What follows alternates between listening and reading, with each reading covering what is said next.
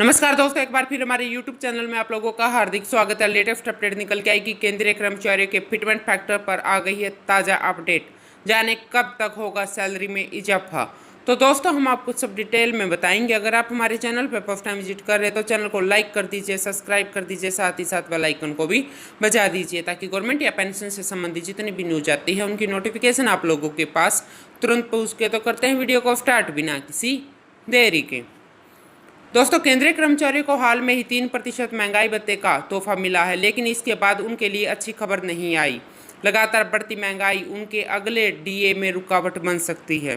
हालांकि अभी 4 महीने का AICPI का इंडेक्स आना बाकी है, इसके बाद ही तस्वीर साफ हो पाएगी। लेकिन इस बीच सरकारी कर्मचारियों के फिटमेंट फैक्टर को लेकर नई अपडेट आ गई है। उम्मीद की जा रही है कि सरकार इस साल फिटमेंट फैक्टर में थोड़ा इजाफा कर सकती है, जिससे कर्मचारियों की बेसिक सैलरी में इजाफा होगा। लेकिन फिटमेंट फैक्टर बढ़ाने की डिमांड पर अभी कोई फैसला नहीं हुआ है। सूत्रों के मुताबिक साल 2022 में फिटमेंट फैक्टर में इजाफा नहीं होगा। सरकार फिलहाल फिटमेंट फैक्टर बढ़ाने के पक्ष में नहीं है। कोविड और महंगाई के चलते फिलहाल इस अतिरिक्त वित्तीय बोझ को नहीं बढ़ाया जा सकता। सूत्रों की माने तो फिटमेंट फैक्टर पर अगले वेतन आयोग पर कोई फैसला होना फिलहाल संभव नहीं है। अगला वेतन आयोग कब आएगा यह कहना भी मुश्किल है। सरकार कोशिश कर रही है कि कोई ऐसा फॉर्मूला बनाया जाए जिससे समय समय पर सैलरी में इजाफा हो। दोस्तों, केंद्रीय कर्मचारियों के लिए फिटमेंट फैक्टर काफ़ी अहम माना जा रहा है, जिस आधार पर तय होता है कि कर्मचारी की न्यूनतम सैलरी में कितना इजाफा होगा।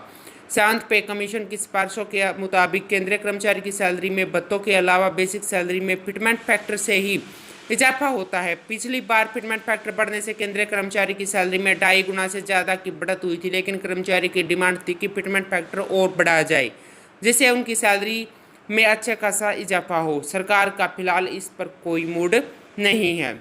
शांत पे कमीशन की सिफारिश के मुताबिक फिलहाल फैक्टर 2.57 है। केंद्रीय कर्मचारी की बेसिक सैलरी को 7वें वेतन आयोग के फिटमेंट फैक्टर 2.57 से गुणा करके निकाला जाता है।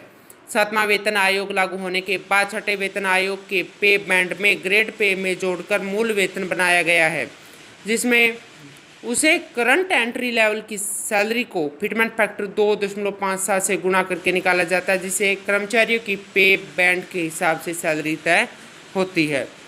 दोस्तों, केंद्रीय कर्मचारी को मौजूदा व्यवस्था में 2.57 फिटमेंट फैक्टर मिल रहा है, जिसके आधार पर न्यूनतम सैलरी 18,000 रुपये है। अगर इसे बढ़ाकर 3 किया जाता तो बेसिक सैलरी 21,000 रुपये होगी। वही अगर इसे 3.68 कर दिया जाता तो सैलरी 25,760 रुपये हो जाएगी। कर्मचारियों की डिमांड है कि उनका फिटमेंट फैक्टर 3.68 किया जाए, न्यूनतम सैलरी 26,000 रुपये कर दी जाए। दोस्तों, फिटमेंट फैक्टर में भी पे बैंड बदलने पर सैलरी में अलग अलग हो जाएगी। सिर्फ उदाहरण के तौर पर हम बेसिक सैलरी की कैलकुलेशन बता रहे हैं। तो दोस्तों, आज के लिए इतना ही। मिलते हैं नेक्स्ट वीडियो में, तब तक के लिए जय हिंद, जय भारत।